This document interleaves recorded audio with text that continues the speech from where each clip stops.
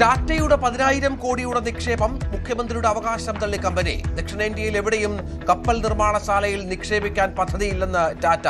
കമ്പനിയെ ഉദ്ധരിച്ച് എക്കണോമിക് ടൈംസിന്റെ വാർത്ത. വിഴിഞ്ഞത്ത് ടാറ്റ 10,000 കോടി നിക്ഷേപിക്കുമെന്ന് ഒരു ദേശീയ മാധ്യമത്തിന് നൽകിയ അഭിമുഖത്തിൽ വി.ഡി. സതീശൻ.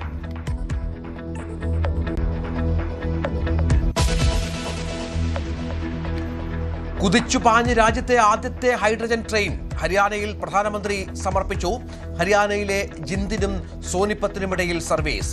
ഹൈഡ്രജൻ സാങ്കേതികവിദ്യ ഉപയോഗിച്ച് ഗതാഗതമെന്ന അപൂർവ നേട്ടത്തിലേക്ക് ഇന്ത്യയും.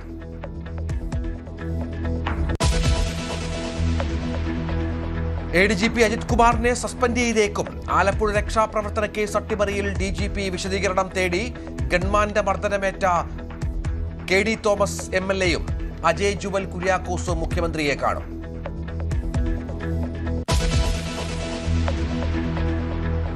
പുതുപ്പള്ളിയിൽ നാളെ നടക്കുന്ന ഉമ്മൻചാണ്ടി അനുസ്മരണത്തിൽ വി.ഡി. സതീശന് ക്ഷണമില്ല.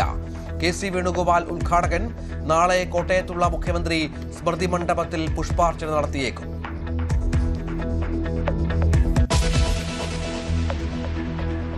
പ്രതിപക്ഷ ഉപനേതാവ് പദവിയിൽ വിട്ടുവീഴ്ചയില്ലാതെ CPM. വിഷയം കഴിഞ്ഞ കാര്യം തന്നെയെന്ന് പിണറായി വിജയൻ. ബിനോയ് വിശ്വത്തിന്റെ എതിർപ്പ് ചർച്ച ചെയ്യുമെന്നും വിശദീകരണം.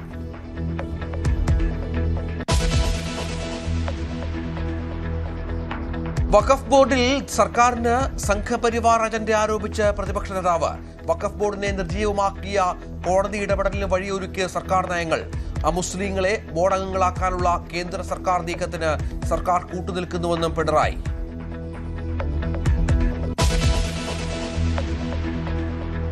മൂന്ന് ജോഡി ആനക്കൊമ്പുകൾ മോഹൻലാൽ മറച്ചുവെച്ചെന്ന ആക്ഷേപം.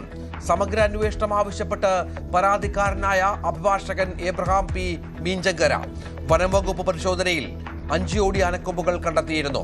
2 ജോഡി മാത്രമേ ഉള്ളൂ എന്നായിരുന്നു മോഹൻലാലിന്റെ മുൻ വെളിപ്പെടുത്തൽ.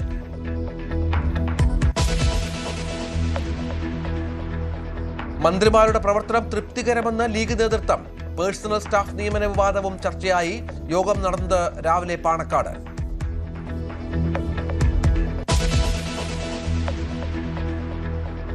ഇന്ന് കർക്കടകം 1. ഇനി ഒരു മാസം രാമായണ പാരായണ പുണ്യം. 4 അമ്പലങ്ങളും ദർശനത്തിനൊരുങ്ങി.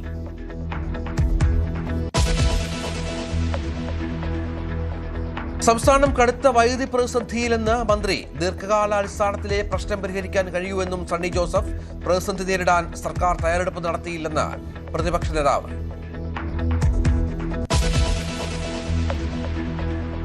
നീറ്റ് പരീക്ഷാ ഫലം പ്രഖ്യാപിച്ചു. യോഗ്യത നേടി 11 ലക്ഷത്തോളം വിദ്യാർത്ഥികൾ.